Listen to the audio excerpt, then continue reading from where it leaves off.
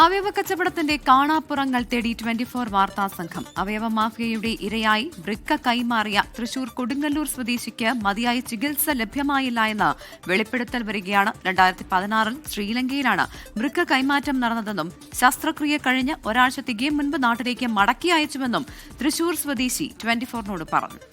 അനാരോഗ്യത്തിന് പിന്നാലെ തനിക്ക് മാനസിക പ്രശ്നങ്ങൾ ഉണ്ടായെന്ന് 34കാരൻ വെളിപ്പെടുത്തുന്നു. നാട്ടിലെത്തി പരാതി നൽകിയിട്ടും നടപടികൾ ഉണ്ടായില്ല. വൃക്ക ഇടപാടിന് തന്നെ സമീപിച്ചത് തമ്മനം സ്വദേശി രാജേഷ് എന്ന് പരിചയപ്പെടുത്തിയ ആളെന്നും യുവാവ് പറഞ്ഞു. 24 ബിഗ് എക്സ്ക്ലൂസീവ്.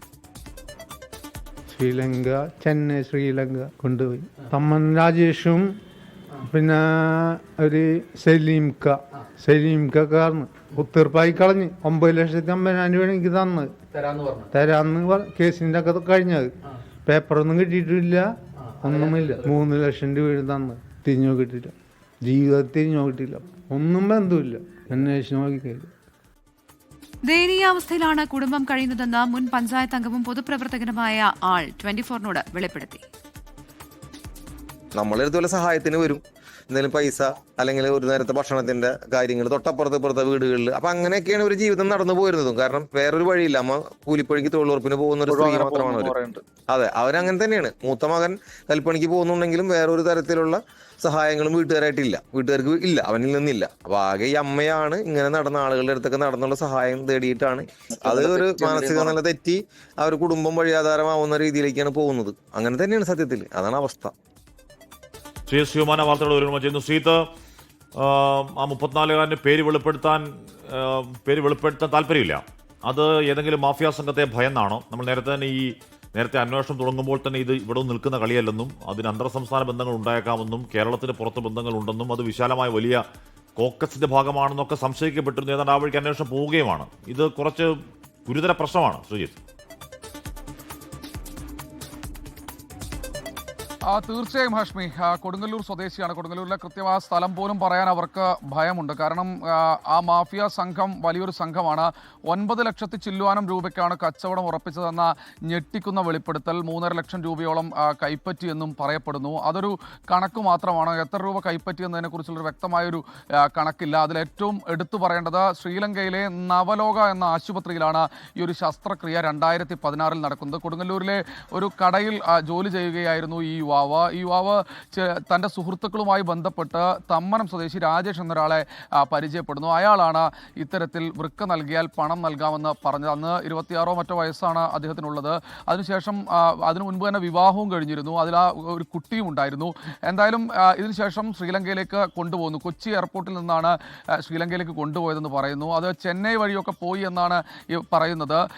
ഈ വൃക്ക നവലോക ആശുപത്രിയാണെന്ന് പിന്നീടാണ് ഈ യുവാവും അതുപോലെ തന്നെ അദ്ദേഹത്തിൻ്റെ ആളുകളും ഒക്കെ തന്നെ കൃത്യമായി തിരിച്ചറിയുന്നത്. അതിൽ ഏറ്റവും എടുത്തു പറയേണ്ടത് അവിടെ നിന്ന് കൃത്യമായ രീതിയിൽ ഈ നവലോക ആശുപത്രിയിലേക്ക് പോയി അവിടെ ശസ്ത്രക്രിയ കഴിയുന്നു. അതൊരു ഡൽഹി സ്വദേശിക്ക് വേണ്ടിയാണ് ഇത്തരത്തിൽ വൃക്ക നൽകുന്നതെന്ന് പറഞ്ഞിരുന്നു. ശേഷം ഈ ഓർമ്മയെല്ലാം തിരിച്ചു കിട്ടിയ സമയത്ത് അവിടുത്തെ നഴ്സുമാരിൽ ചിലരാണ് അവിടെ നിന്ന് നാട്ടിലേക്ക് എത്തിക്കാൻ വേണ്ടിയുള്ള ശ്രമങ്ങളെല്ലാം നടത്തിയത്. പക്ഷേ ഇവിടെ എത്തിയപ്പോൾ ഈ മാഫിയയുടെ കയ്യിലായിരുന്നു. അതായത് തമ്മനം സ്വദേശിയായ ഈ രാജേഷും അടക്കമുള്ള ആളുകളുടെ കയ്യിലായിരുന്നു ഈ യുവാവ് എന്നാണ് പറയുന്നത്. കുറച്ച് ദിവസങ്ങൾക്ക് ശേഷമാണ് വീട്ടിലേക്ക് എത്തിക്കുന്നത്. വീട്ടുകാരോട് ഗൾഫിലേക്ക് പോവുകയാണ് എന്ന് പറഞ്ഞാൽ മതി എന്നാണ് ആ ഒരു ഘട്ടത്തിൽ പറഞ്ഞിരുന്നത്. എന്തായാലും നാട്ടിൽ വന്ന പരാതിയെല്ലാം നൽകി. പക്ഷേ അപ്പോഴേക്കും കാര്യങ്ങളെല്ലാം വൈകിപ്പോയിരുന്നു. പക്ഷേ തുടർ ചികിത്സയൊന്നും തന്നെ പിന്നീട് ഉണ്ടായില്ല. ഇപ്പോൾ ഏറ്റവും എടുത്തു പറയേണ്ടത് നമ്മൾ ആ വീട്ടിൽ പോയി കണ്ടതാണ്.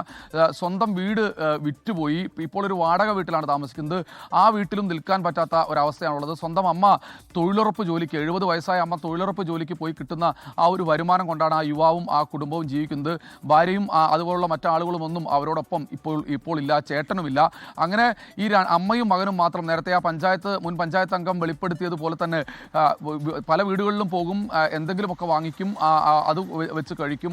അങ്ങനെയൊക്കെയുള്ള ഒരു സഹായം അഭ്യർത്ഥിച്ചാണ് ആ കുടുംബം ഇപ്പോൾ കഴിയുന്നത്. അവർക്ക് ആവശ്യം ഒരു തുടർ ചികിത്സയാണ്.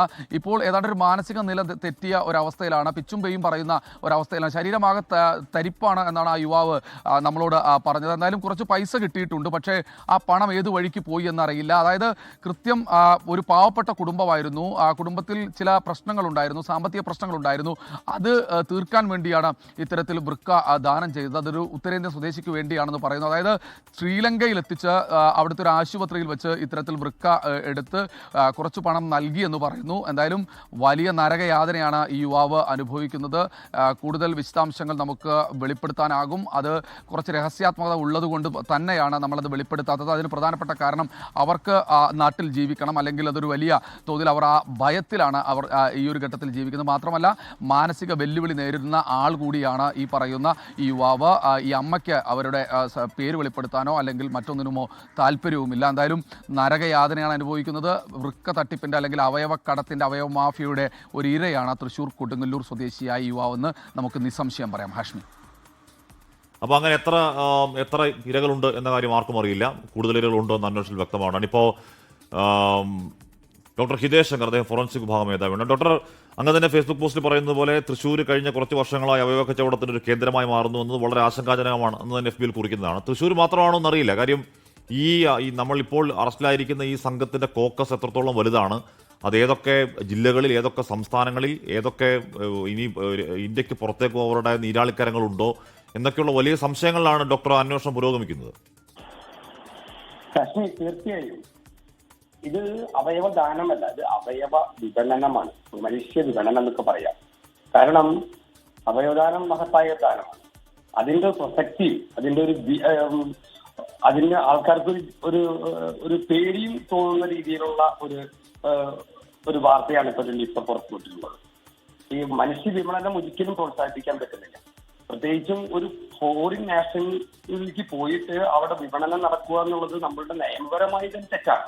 ഒരിക്കലും ഫോറിൻ നാഷണൽസിന് ഇത് കൊടുക്കാൻ പാടില്ല എന്ന് നമ്മുടെ 1994 ഇതുമായി ബന്ധപ്പെട്ട നിയമം, transparent of human organ act വ്യക്തമായിട്ട് തന്നെ പറയുന്നുണ്ട്.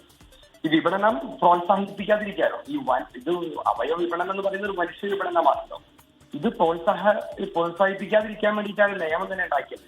കൾച്ചറലൈസേഷൻ തടയാനുള്ള ഉദ്ദേശം കൊണ്ടാണ്. പക്ഷെ അത് ഫലപ്രദമായി നടപ്പിലാക്കാൻ നമ്മുടെ രാജ്യത്ത് സാധിച്ചിട്ടില്ല എന്നുള്ളൊരു വാസ്തവമാണ്. അതിനുള്ളിലത്തെ കണ്ണികളെ ശക്തമായി നേരിടേണ്ടിയിരിക്കും. ഇതിലിപ്പോൾ ഈ ഫേസ്ബുക്ക് പോസ്റ്റിൽ അങ്ങ് തന്നെ പറയുന്നുണ്ടല്ലോ, ഇന്നത്തെ അവസ്ഥയിൽ ഏറ്റവും ഭീതിജനകമായ ഒരു പ്രവണത സ്ത്രീദാതാക്കളുടെ വർധന എന്നുള്ളതാണ്. അപ്പോൾ സ്ത്രീകളെ ലക്ഷ്യമിട്ട് ഇത്തരത്തിലുള്ള ഈ അവയവ മാഫിയ പിടിമുറുക്കുന്നു എന്നാണോ അങ്ങ് മനസ്സിലാക്കുന്നത്? അങ്ങ് ഇതിൽ എന്തൊക്കെ മറ്റു കാര്യങ്ങൾ മനസ്സിലാക്കുന്നുണ്ട്? സ്ത്രീകളുടെ ഒപ്പം തന്നെ ദാരിദ്ര്യവും അവർ ചൂഷണം ചെയ്യപ്പെടുന്നു. ഈ ദാരിദ്ര്യര് കൂടുതൽ ഇപ്പൊ അവർ ഉപയോഗിക്കുന്നത് സ്ത്രീകളെയാണ്. ഇപ്പൊ ഒരു ട്രാൻസ്പ്ലാന്റേഷൻ കമ്മിറ്റിയുടെ മുന്നിലെത്തുന്നത് കൂടുതലും സ്ത്രീകളാണ് ഇപ്പൊ വരുന്നത്. അവര് നിർബന്ധത്തിന് വഴങ്ങി, ഭർത്താവിന് ഇംഗ്ലീഷിന് വഴങ്ങി ഒരു അവയവ മാഫിയയുമായി ചേർന്ന് ഇവര് കിട്ടി കൊടുക്കാൻ വേണ്ടി കമ്മിറ്റിയുടെ മുന്നിലെത്തുകയാണ്. ഒരിക്കലും അവര് ഒരു ഇഷ്ടദാനത്തിന്റെ പേരിലല്ല വരുന്നതെന്ന് അവരുടെ ബോഡി ലാംഗ്വേജ് നമുക്ക് മനസ്സിലാവും. പക്ഷേ അവർ കൊണ്ടുവരുന്ന രേഖകൾ, വ്യാജരേഖകൾ ചമച്ച് വ്യാജ ബന്ധങ്ങൾ സ്ഥാപിച്ച് അവരത് കമ്മിറ്റിയെ മുന്നിൽ എത്തിക്കുന്നു. ഇപ്പൊ കുറച്ച് കാലങ്ങളായി 1-2 സിറ്റിങ്ങിലായിട്ട് തൃശ്ശൂർ മെഡിക്കൽ കോളേജിൽ ഒന്ന് സ്ട്രിക്റ്റ് ആവുന്നതിന് ലിമിറ്റേഷൻസ് ഉണ്ട്. ഈ ഓർഗനൈസേഷൻ കമ്മിറ്റിക്ക് ലിമിറ്റേഷൻസ് ഉണ്ട്. അപ്പൊ ഓർഗനൈസേഷൻ കമ്മിറ്റിയുടെ ഒരു കുറച്ചും കൂടി ശക്തിയിൽ പ്രവർത്തിക്കാൻ സാധിക്കണം. എന്നാൽ മാത്രമേ ഇത് ഒരു അറുതി വരുത്താൻ ഒരു പരിധി വരെ സാധിക്കുകയുള്ളൂ. അതുപോലെ പോലീസിനായാലും ഡയറക്റ്റായിട്ട് കേസെടുക്കാനുള്ള വകുപ്പ് ഈ നിയമപ്രകാരം ഇല്ല. അങ്ങനത്തെ കുറച്ച് പ്രശ്നങ്ങൾ ഈ നിയമത്തിൽ തന്നെ പറയുന്നുണ്ട്. അതിന്റെ മറവിലാണ് ഈ അവയവ കച്ചവടം നടക്കുന്നത്. അത് നമ്മളുടെ കേരളത്തിലൊക്കെ ഇങ്ങനെ നടക്കുന്നു എന്ന് കേൾക്കുമ്പോ, പ്രത്യേകിച്ചും അവയവ മാഫിയ ആളുകളെ കൊണ്ടുപോയി കിട്ടിക്കൊടുക്കുന്ന സാഹചര്യത്തിലേക്ക് എത്തുമ്പോൾ, അത് ഇവിടെ നടക്കുന്ന ഒരു പ്രക്രിയയുടെ ഒരു എക്സ്റ്റൻഷൻ മാത്രമാണത്. നമ്മുടെ നാട്ടിൽ ഇത് ഹോസ്പിറ്റലുകൾക്കും അതിന്റെ പങ്ക് ശക്തമായിട്ടുണ്ട്. ഹോസ്പിറ്റലിലേക്ക് പങ്കില്ലാതെ ഇത്തരം കാര്യങ്ങൾക്ക് ഈ മാഫിയയ്ക്ക് വളമാവില്ല. അതുകൊണ്ട് ഇതൊരു ശക്തമായ രീതിയിലുള്ള വ്യക്തമായ രീതിയിലുള്ള ഒരു അന്വേഷണം മുന്നോട്ട് പോകണം. എന്നാൽ മാത്രമേ ഇതിനൊരു അവസാനം കാണാൻ സാധിക്കുകയുള്ളൂ.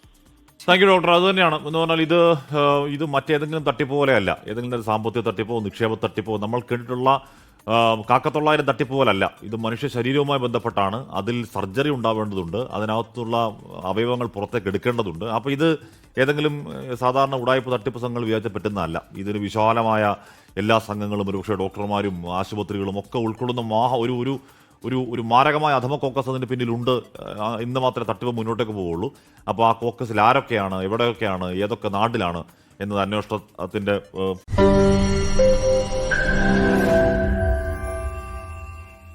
ലോകത്തെവിടെയായാലും ഏത് സമയത്തും 24 വാർത്തകളും ഓഗ്മെന്റഡ് റിയാലിറ്റി പാക്കേജുകളും എക്സ്പ്ലെയിനറുകളും വിശദമായി കാണാൻ ഞങ്ങളുടെ യൂട്യൂബ് ചാനൽ നിങ്ങൾക്ക് സബ്സ്ക്രൈബ് ചെയ്യാം.